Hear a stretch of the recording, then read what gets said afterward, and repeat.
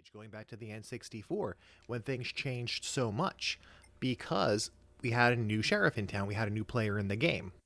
Now, for those unfamiliar, I think most of us probably know this story by now, but for those unfamiliar, Sony was originally chosen to develop the CD add-on for the Super Nintendo. And now, as far as the real details of exactly what happened, I'm not too sure about everything, but I do know that for some reason, Nintendo chose to instead give that to Philips without the people in charge of the decision discussing that. No one called up Sony and said, "Listen, we are going another way." That conversation never happened. Instead, they just announced that CDI was going to be doing it. Philips was going to be doing it instead. And then Sony already had been working on this prototype of this CD add-on for the Super Nintendo, which, by the way, a CD add-on for the Super Nintendo would have been amazing. Absolutely.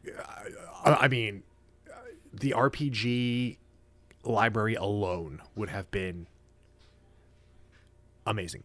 But anyway, moving along with that, they already had this prototype out there, and they spent all this money, and the decision was made, let's just launch it. Let's launch it as its own standalone video game unit. And in order to make sure that that was a success, they made it cheaper for the third-party developers to develop for it. Nintendo has always had like a stranglehold on. I think it's changed a little bit now because they can't do it anymore. But during those days, like up until the N64, they had a stranglehold on third-party developers.